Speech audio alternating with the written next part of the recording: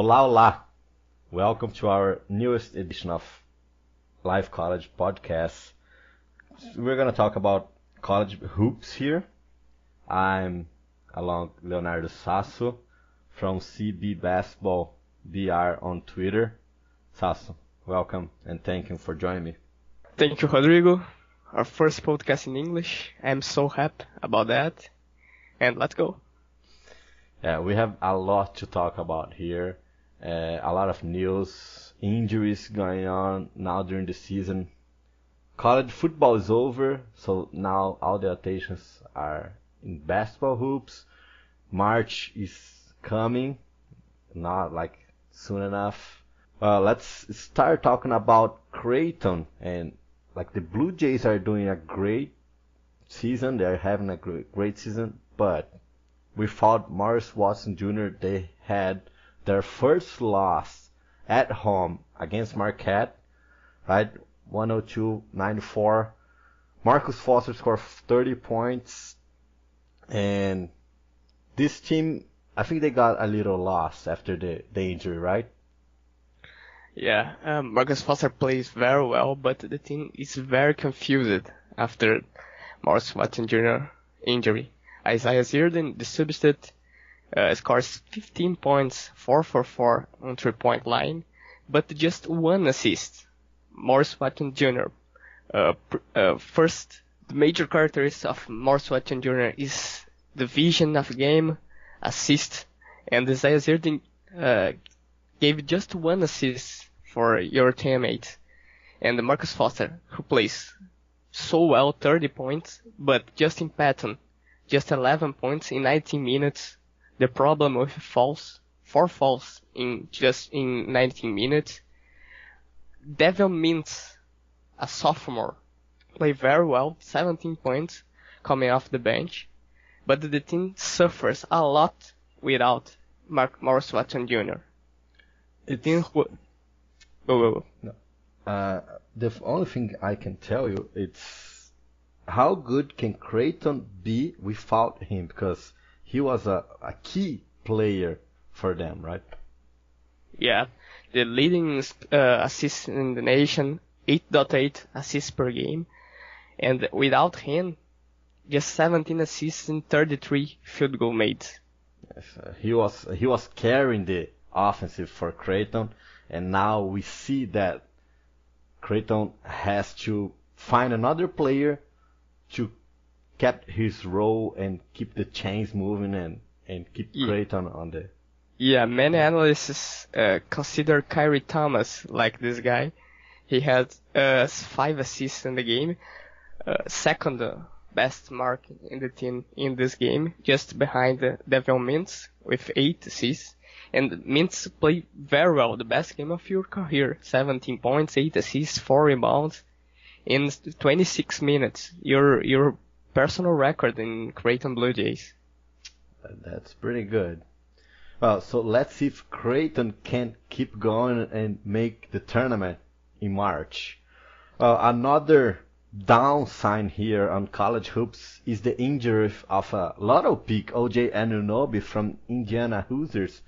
Well, Indiana suffered in the beginning of the season. They had a couple tough losses, but this win against Michigan State was pretty good one. I mean, Blackman scored 33 points, and we saw like Thomas Bryant playing against Miles Bridges, and both guys are considering going to the NBA draft next year. But how we talk about like Thomas Bryant needs to play better, right? Yeah, Thomas Bryant isn't playing very well this season, and without your best athletic player, OG Anunoby, with this knee injury, Thomas needs to be a better guy for this Indiana Hoosiers team. James Blackman Jr. is playing very well, 6 for 10 on 3-point line, 33 points in the game. He needs to be this guy, this go-to guy of Indiana Hoosiers team. And Thomas Bryant, who many people consider a top 20 pick in this NBA 2017 draft, he needs to play better than your 11 points and 6 rebounds. He needs more. He needs double-double games. And him and James Blackburn Jr., it is guys for this team of Indiana. Robert Johnson, who makes 17 points in the game, is another guy who is playing very well this season. And Josh Newkirk, a transfer from Pittsburgh, is the assist man. The vision of the game of this guy is so good, but I don't consider Indiana a team to make a run to Final Four or something like that, because they don't have a bench who are trusting in this bench. Devonte Green, Frank Swan Jr., Fred Swan Jr., sorry, and Daron Davis, just 13 points off the bench for these three guys. And I don't see any person, any player in this Indiana bench to substitute with OG Anunoby tools, all the tools he had in your game. It's a tough loss for Indiana Hoosiers. Yeah. Well, let's talk a little bit about Miles Bridges. He had a tough beginning of the season. He was injured a couple games. Now he came back, is playing a little better. But what do you expect of Miles Bridges? Do you think he can grow up on his stocks on the draft? He can carry Michigan State to the tournament. We know that it's a little early in the season, but we are already 6-7 games into the regular season during the conference plays. I think Miles Bridges has to work on his shots. He plays really well near the basket. We know how the jump hooks and all the dunks. He's a very athletic player. But what Miles Bridges needs to improve? Major problem for Miles Bridges is your shot. 2 for 7 3-point line in this game against Indiana. A decent 39.7% in 3-point line, but he needs to be better. Your athleticism isn't considered that because he's a very good athletic player, but 62% in the free throw line isn't a good percentage. He needs to be better in this side of your game, and the couple of injuries in the beginning of season, these injuries hurt your season, and I am trusting in a good run of this guy in March, because Tom Izzo is the March man. He made good campaigns with Michigan State in March, and I trust Miles Bridges can be this guy for Michigan State team. And like other freshmen, Cassius Winston playing very well without Miles Bridges in the team. Now he's bench with the return of Miles Bridges. So this Michigan State is a very inconsistent team, but I trust in him in March. Very good. Oh, so let's talk about the performance of this weekend. We had Marcus Keene of Central Michigan. We know it's a smaller school, but he scored 50 points, 10 from 15 from 3-point line. He's the leading scorer in the nation with 29.8 points per game, a transfer from Youngstown State. Can we talk about him being the best player in the nation or not? No, I don't think he will be a player of the year or something like that, because he playing in Central Michigan, a smaller school, a major school. But 50 points, remember, Mark, it's something like other world in college basketball. 10 for 15 on 3-point line. He's very good on your shot. In the paint, he make inside game, had a good moves. But Marcus Keene is just a junior. He has one more year in college basketball. So many draft analysts and scouts for teams in NBA will see this guy. He has scorer, Doug McDermott, Frank Kaminsky, Buddy Hield, doing a lot score in your past years. But what Mark Skinny is doing this season, he makes plays very well, and 40-point game, and now a 50-point game. So keep an eye on this guy. Yeah, it's a type of K. Felder player, and Yeah. he create his own shots, and it's pretty good. Another player that we can talk about, it's Mike Down from South Dakota State, who had a double-double, 42 points, 10 rebounds. Again, another one, 10, 15 3-point shot. He's a pretty decent guy, right, Mike Down? Yeah, his guy, I like Peter's type. No defense, but a very good shot. I wrote an article about him and South Dakota State on Time Out Brazil, about your history in high school when he shot 12 3-points against Taco Fall's team. Taco, who is playing in Central Florida now. And Mikey is a very good shooter, just a sophomore, a redshirt sophomore. And he will growing up, because he's a very worker. He work hard, and a very good guy. I talk to him on Twitter, but always attention with me. So I like this man. I hope he will play more well in the season. But South Dakota State is playing very bad in Summit League, just with 2 wins in the last position of the conference. I don't know if then make the NCAA tournament this year. Yeah, we have to wait and see. Another point here is the debut of Alonzo Trier for Arizona, right? Arizona Wildcats had a very good win against UCLA, that very good UCLA team. Lauri Markkanen is playing really well, but talk about Markkanen and this coming Trier stuff. We had we didn't know why he was suspended, but they show up, it was about drugs, and now he's back on the lineup.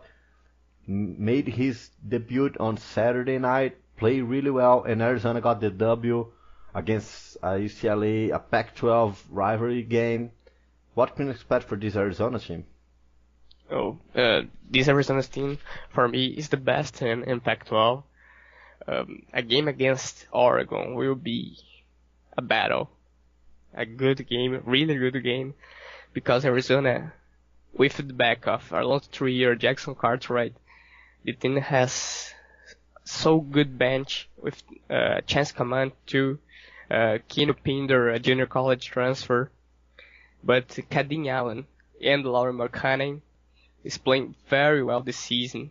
Markkanen is a very good shooter, a European product, 18 points, 3 for 4 on 3-point line, and something I expect for him is playing more inside the paint. Ristich is playing inside the game, but Lauri Markkanen needs to be playing inside the paint, because he's a 7-footer. He's a very good footwork and a very good shooter for mid-range, for long range, and inside the paint. Arizona is, for me, a Final Four contender. Harali Alkins and Cobb Simmons, 2 good freshmen for, I don't know if then make NBA draft this year, but in 2018 they will make NBA draft. And Cobb Simmons had 20 points, 6 rebounds, and 5 assists against LA. Arizona is with 12 straight wins, and the best team in country now in the moment. So how about Florida State? Are they the best team in the ACC? Oh, I really think they are the best in the ACC. A good wins against Duke, against Notre Dame, against Louisville. Just a loss to North Carolina. But 5 ranked teams: Virginia Tech, Duke, Notre Dame, and Louisville. 5 wins. This is a really good mark. The best start in the history of Florida State. Jonathan Isaac playing very well in the last games. Dwayne Bacon, the best player on this team.